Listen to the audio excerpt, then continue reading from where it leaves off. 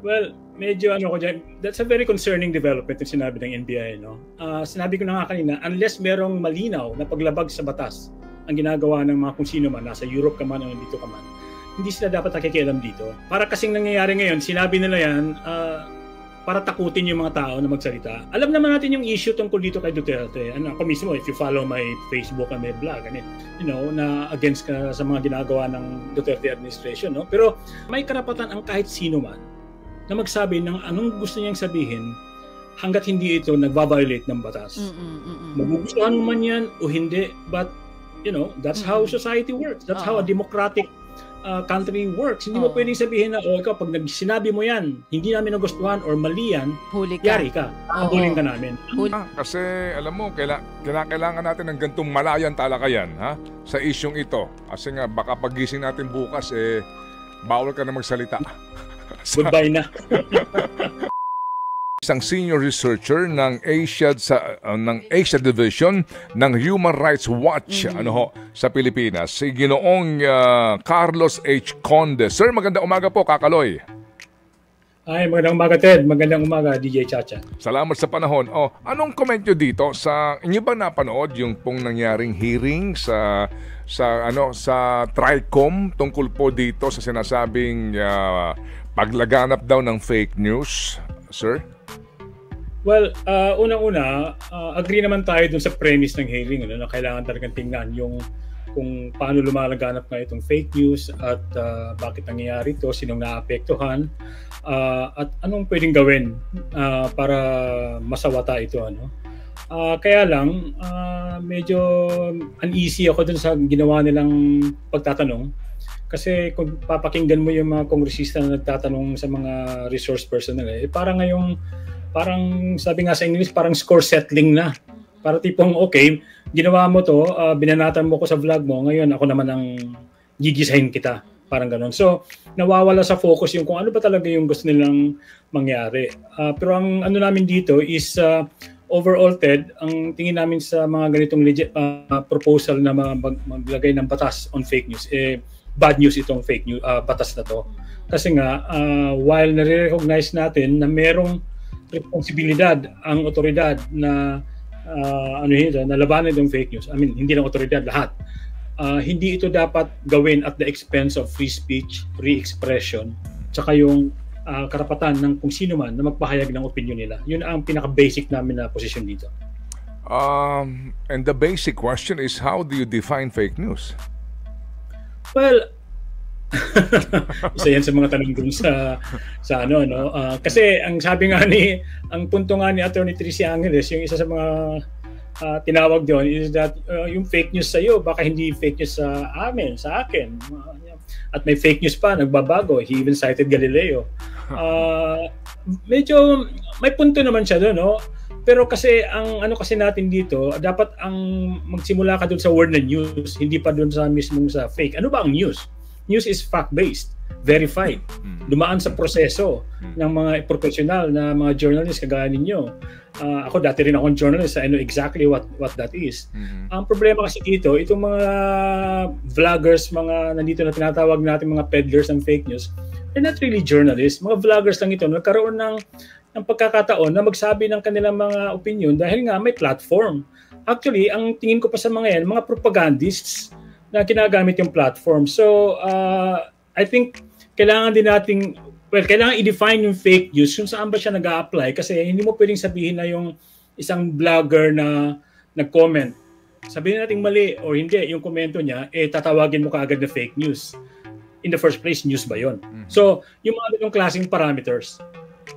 So, ang hirap nito, Kaloy, Parang ako, 'di ba, ako sa aking henerasyon, hindi ko nga akalain na tayo hahantong sa ganito, 'di ba? Na sitwasyon. Oo, na sitwasyon na meron kang medium na hindi naman pag-aari ng estado yung World Wide Web na ito, and walang, 'di ba, ang estado mismo hindi ka pwedeng pasarhan kaagad-agad 'di ba? Itong medium na ito ngayon, ito na yung maaring gamitin sa kabutihan at kasamaan. So ikaw mismo, ano ang kaisipan mo dito? Paano kung ikaw yung estado, may magagawa ka ba dito? Well, unang-una, Ted, pag ako ang estado, hindi ako dapat nakikialam sa ganyan. Unless malinaw na mayroong paglabag sa mga umiiral na batas. Ibang usapan yon.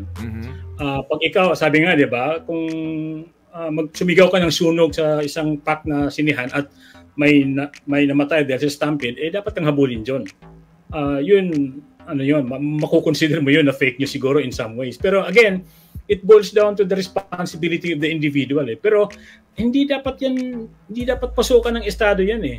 Kasi again, ito yung tinatawag nating slippery slope. Saan titigil? Yung pag naghihimasok na yung estado dyan, kahit sabihin pa natin na maganda yung layunin niya ngayon, okay, tapusin natin yung fake news na mga sinasabi nila kasi nga nagugulo ang bansa. Siguro sabihin natin maganda.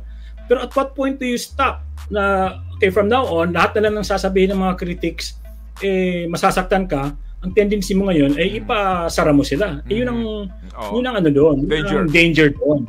At ito pa, nakikita natin to actually doon sa, hindi ko naman sinasabing ito yung motivation ni na Abante at nung sino pang nagko-question nung isang araw, no? Pero mahalata mo na parang kino-question nila yung mga resource personnel kasi sila mismo personally nasaktan sila at kailangan nilang i-set yung record or i-criticize sila. So parang yung venue yung nangyari, parang tawag dito, nag-anuhan na lang sila na confrontation na lang sila about the slights na nagawa nila sa isa't isa. Hindi dapat gawin yung discussion ng fake news. Dapat mas malinaw, mas malalim pa yung discussion. Dapat hindi dinidiskusyon dito, ano ba ang magiging epekto nitong fake news legislation sa pangkalahatang freedom of expression situation sa Pilipinas. So dapat nag-imbita sila, siguro gagawin pa naman nila yon, no? Mag-imbita sila ng mga expert on communications, on journalism, marami tayo niyan. Hindi lang yung mga fake news, alleged fake news peddlers. Kasi lumalabas tuloy, mga bengadora lang itong mga congressman na to. Kaya napaiyak nila yung mga, kaya to, kita mo, para silang tumang-tuwa na umiiyak yung ibang resource person nila. Okay. So, sa tingin mo, hindi ito masusolusyonan ng pagkakaroon ng isang batas na lilikhain ng Kongreso. Ganong Kaloy? Yeah, hindi. Kasi meron ng mga ibang karanasan dyan sa, halimbawa sa Singapore, meron silang ganyan. Sa Greece, meron na silang ginawang ganyan. So may mga dokumento kami, mga cases ng mga bansa na nagpasa ng mga fake news laws na sa una ay maganda yung layunin. Kaya lang, later on, pati mga kritiko, legitimate na mga kritiko, inaanuhan nila, tinatarget na nila. So again, doon ito yung danger nito at hindi natin kailangang gumawa ng batas ng ganyan kung may andyan yung danger na yan at hindi pwedeng sabihin nila ng mga kongresista na kami matitino kami kasi hindi namin gagawin yan.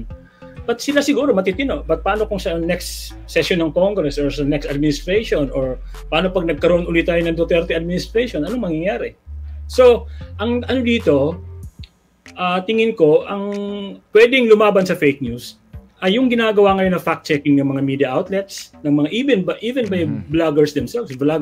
Kasi isa itong hindi na pag-uusapan na although may mga fake news silang peddlers sila na identify, hindi naman nila sinasabi na in fact, merong mga vloggers, merong mga social media users na actively, responsibly sila kumukontra doon sa mga fake news na yan. Hindi mga journalists ito necessarily pero marami mga journalists. So, yung ganong, ang gusto ko sabihin, Ted, yung society mismo, yung magko-correct sa problema na yan. Parang in the same manner na nung na-invento yung imprenta ni Gutenberg hundreds of years ago, imagine mo na lang ang sitwasyon kung pinigilan natin yun pag-imprenta niya ng Biblia or mga ganyan ka na hindi natin magustuhan, di ba? So, yung market ang magdi-dictate.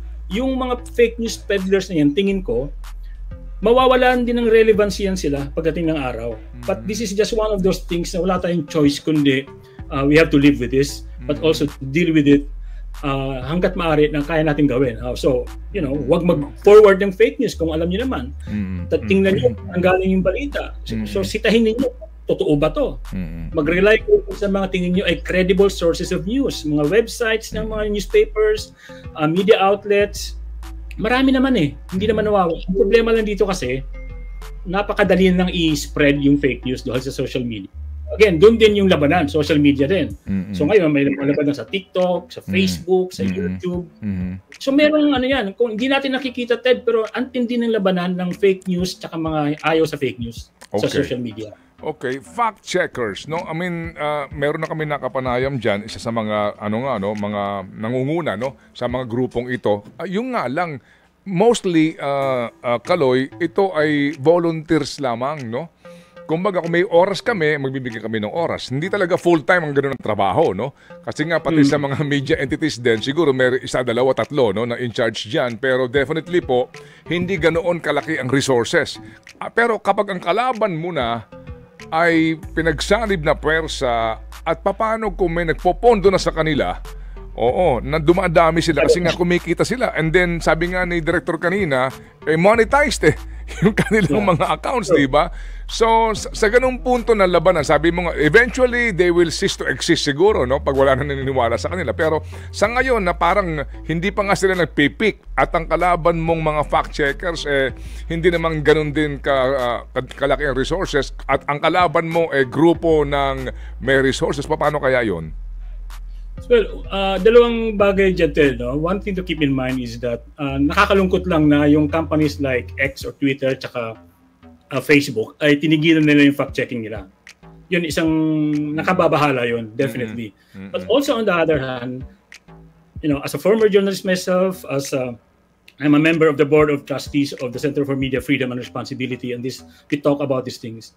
I think personally now, my personal position ko dito, Ted, ay kailangan ng baguhin ng mainstream news media kung paano nila hinahandle itong fact-checking. Kasi right now, parang okay, fact-check lang tayo kasi meron isang intern tayo dyan or what, di ba? Hindi na ganun yung labanan eh. Dapat magiging part na ng central desk ang fact-checkers. Now, sa ibang bansa, yung mga medyo nakakaabanting bansa like US, yung mga fact-checkers, institutionalized yan. Sa New Yorker, for instance, meron silang fact-checkers na hinihimay yan ng bawat mga istorya pinapadala mo. Bakit hindi natin gawin sa Pilipinas yan? Dapat ang mga newsrooms ginagawa na niya ngayon. Kasi pag di nila ginawa yan, matatabunan sila ng fake news and they will cease. Itong mga newsrooms na to, will cease to exist. So ano to tawag dito, tungkol na to sa kabuhayan nila. So dapat manggagaling sa kanila din yung inisyatiba na mas lalo bang pagtingin, palakasin, at gawing institutions yung fact-checking department nila. Oo nga din kasi di ba may report, Kaloy, if you remember, na yung source na ang iba sa mga lalawigan, ang source ng news ay social media, no? Hindi na mainstream, di ba? Oo. So paano nga go ahead, Kaloy. Pero ang ano diyan kasi, Ted, so sila na ngayon namamayani in terms of spreading news, ano? May iba nga diyan. Totally hindi na nila pinapakinggan yung ini-ignore na talaga nila ang mainstream media. Ang problema, itong mainstream media, sila itong merong institutional may institutional knowledge about journalism and media and how it works. So, they are nasa posisyon talaga sila, nasa poder sila na banggain itong mga fake news. Ang hamon diyan ngayon is sana huwag nilang i-surrender yung yung mandato na yan. At meron namang paraan para gawin yun eh. So again, kailangan nila sigurong baguhin yung pananaw nila sa social media. Itong social media, TikTok, YouTube, hindi lang naman yan mga kagawan ng walang magawang mga bata eh. That's a very, very potent, napakalaking market niyan for disinformation. So bakit natin ini-ignore? Yung nga, sabi ko kanina, this goes to the livelihood of mainstream media outlets. So dapat nila seryosohin itong fact-checking. In fact, kung maglaan sila talaga ng reporter para i-cover ang mga fake news, mas maganda.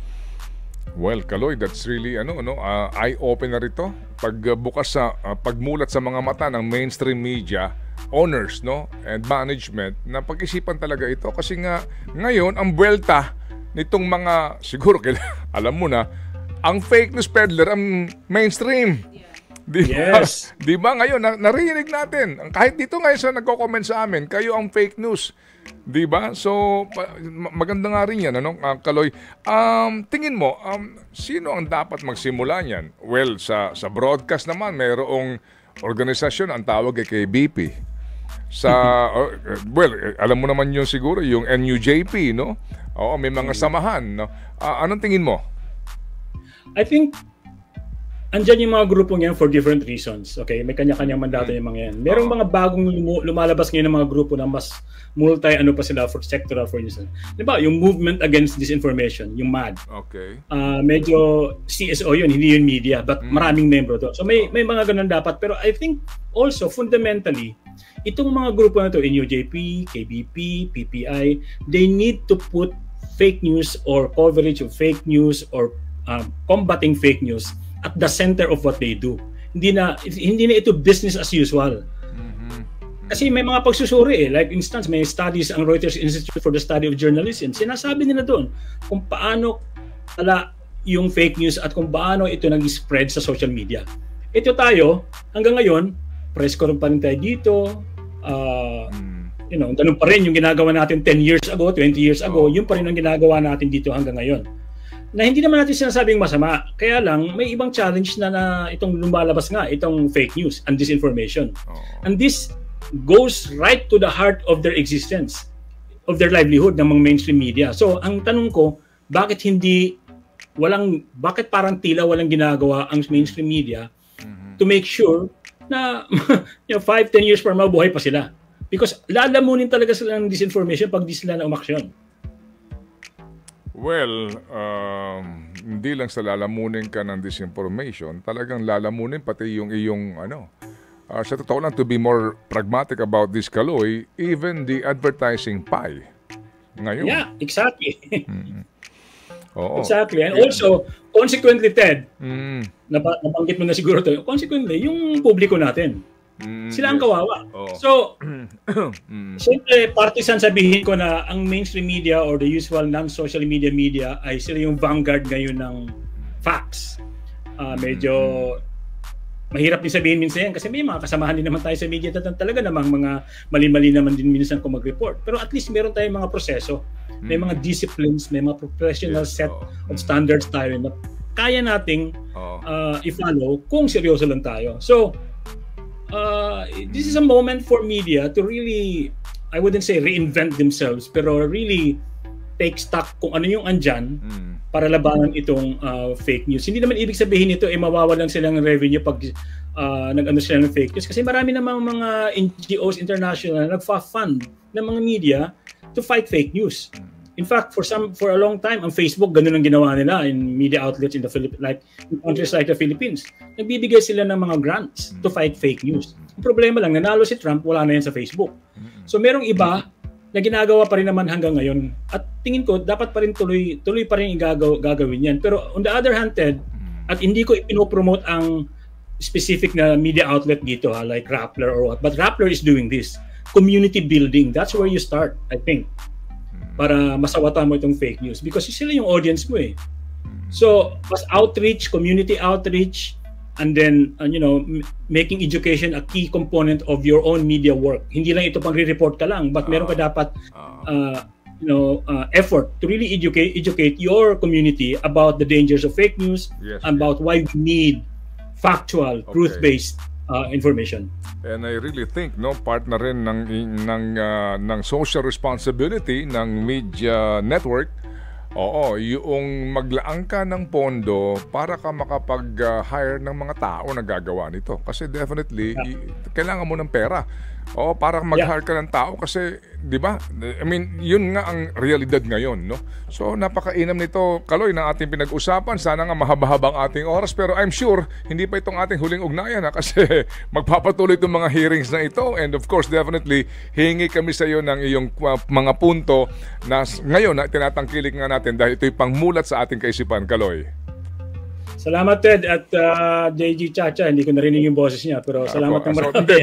Baka may tanong itong mas mata-mata. Sir Kaloy, ito pong ginagawa ngayon ng gobyerno natin, kanina kausap namin ng NBI, na pag balak nilang panagutin, ito pong mga nagkakalat ng maling impormasyon, is that going to be, kumbaga, magiging okay din po ba kung ganoon naman ang gagawin? Oo, kung ganoon ang direksyon na gagawin po ng ating gobyerno, panagutin yung mga mapapatunayan na nagpakalat talaga ng maling impormasyon. Well, medyo that's a very concerning development yung sinabi ng NBI, no? Sinabi ko na nga kanina, unless merong malinaw na paglabag sa batas ang ginagawa ng mga kung sino man, nasa Europe ka man o dito ka man, hindi sila dapat nakikialam dito. you know, para kasing nangyayari ngayon, sinabi nila yan para takutin yung mga tao na magsalita. I mean, look, alam naman natin yung issue tungkol dito kay Duterte. Ako mismo, if you follow my Facebook and my blog, I mean, you know, I've always been interviewed again, you know, na against ka sa mga ginagawa ng Duterte administration, no? Pero again, let's not lose sight dun sa realidad na may karapatan ang kahit sino man na magsabi ng anong gusto niyang sabihin hanggat hindi ito nakakaano ng batas, okay? Hindi ito nagva-violate ng batas. Magugustuhan mo man yan o hindi, but you know, that's how society works. That's how a democratic country works. Hindi mo pwedeng sabihin na, ikaw, pag sinabi mo yan, hindi namin nagustuhan or mali yan, huli ka. yari ka. Habulin ka namin. Huli ka, aresto ka agad. Oo. Ang isang impact nito, lalo na sa mga OFWs, DJ Chacha, is that pag ginawa ito ng NBI at humakbang pa sila, imagine mo na lang itong mga OFWs natin, ibigla na lang baka magkaroon sila ng problema sa mga employers nila o sa mga embassies doon. Oo. 'Di ba? Problema yun. Violation na yun ng rights nila.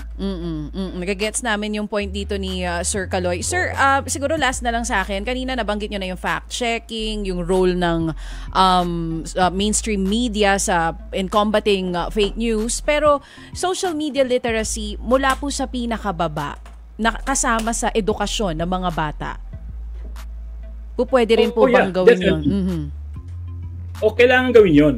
I mean, isa pa ito dapat ang DepEd nga inaano na to kumbaga ini-institutionalize na to kasi look, ako may anak ako, mga bata, puro sila cellphone, di ba? Natututong mag-English kapapanood ng YouTube, mga ganon. At kita mo yung influence ng smartphones and social media on how kids grow up. Pero I don't know, I'm not sure pero parang wala akong alam na may curriculum, for instance, or merong active na effort ang DepEd to try to counter that or balance that. Nasa parents lahat yung burden. Hindi mo pwedeng gawin yun kasi itong mga bata, lalo na sa mga poor families, poor communities, dapat kailangan ng guide. Itong mga parents, kailangan ng tulong itong mga parents to do this. So andito yung papel dapat ng mga teachers. I can't emphasize enough yung need for families to really have their own kind of social media literacy from the very beginning. Hindi na pwedeng obra na pag 16 years old, 18 years old, saka na lang yan. Hindi. 3 years old, gumagamit na ng smartphones. Marami dito ngayon, in fact, ako mismo makapagsabi, marami sa mga nag-aaral na may mga estudyanteng maliliit, nag-decide na lang sila mag-homeschool, ayaw na nila mag-ano sa eskwelahan talaga kasi they're bombarded by all of this. At least sa bahay nila, nakokontrol nila yung kung paano mag-consume ng social media yung mga anak nila. Alright. Ganda ng mga sinabi ni Sir Kaloy. Oo naman. So Kaloy, sa ulitin kasi alam mo, kailangan natin ng gantong malayan talakayan sa isyong ito. Kasi nga baka pagising natin bukas bawal ka na magsalita. Goodbye na.